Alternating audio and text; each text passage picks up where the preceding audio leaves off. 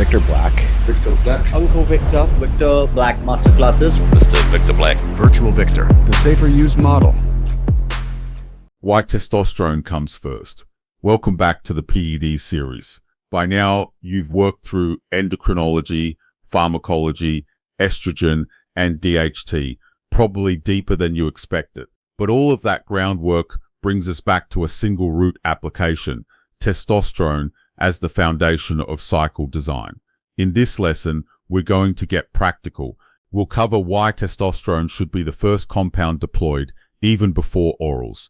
We'll look at beginner dosing, how and when to increase testosterone, how long cycles should run, and how to adjust testosterone for intermediate and advanced users. We'll also cover ester selection, injection frequency, lab testing, and finish with a clear summary of application. Why testosterone is the base. Testosterone is our initial compound for one simple reason. It allows us to preserve physiological estrogen and DHT signaling. As you've learned, what matters is not suppressing estrogen, but maintaining the correct androgen to estrogen ratio.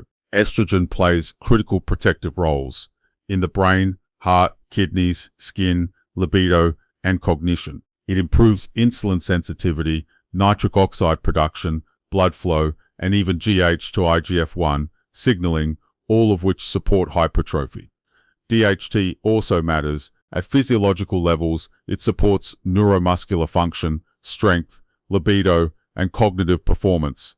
Testosterone uniquely provides both estrogen and DHT in bioidentical forms the body already knows how to manage.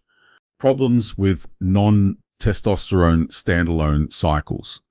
When non-aromatizing steroids like Anavar, Masteron, or Primobolan are used alone, natural testosterone shuts down.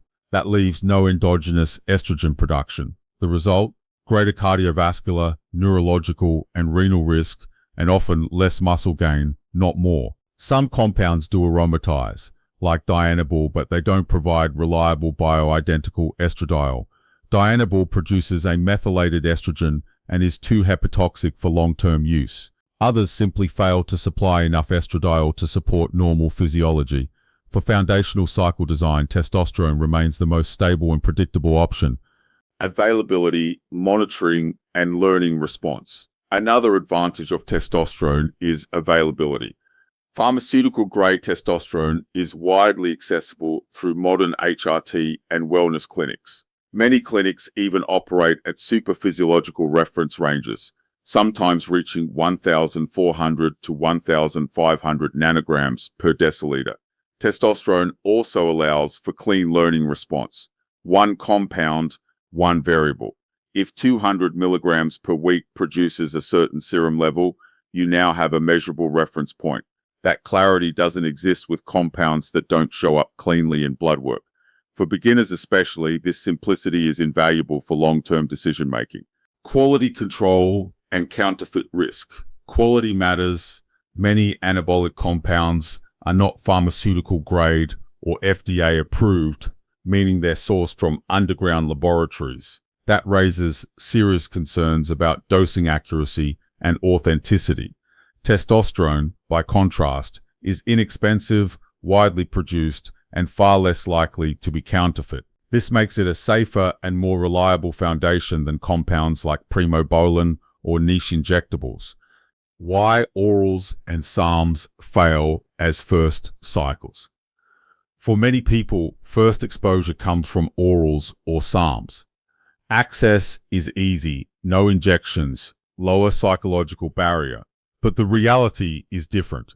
To get meaningful results from SARMs, dosages must rise to levels that eliminate their selectivity. At that point, they suppress the HPTA, skew lipids, stress the liver, and still fail to provide estrogen or DHT support. When you stop, hormone levels crash, gains fade. Recovery becomes harder each time. Repeated cycles increase oxidative stress on the testes and often lead to TRT dependence anyway. Stability versus hormonal whiplash.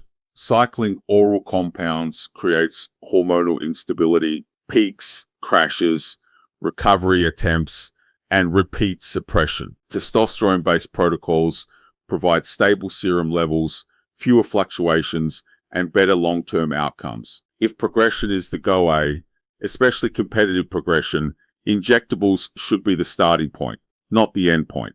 Testosterone offers the most control, the clearest data, and the best balance of performance and health. Closing summary. Testosterone earns its place as the foundation of cycle design for clear physiological reasons. It preserves estrogen and DHT signaling, allows accurate lab interpretation, minimizes quality risks, and provides long-term stability. Everything else is layered on top of testosterone, not used in place of it. In the next module, we'll start breaking down dosing strategies and ester selection in real-world application. Victor Black. Victor Black. Uncle Victor. Victor Black Masterclasses. Mr. Victor Black. Virtual Victor, the safer use model.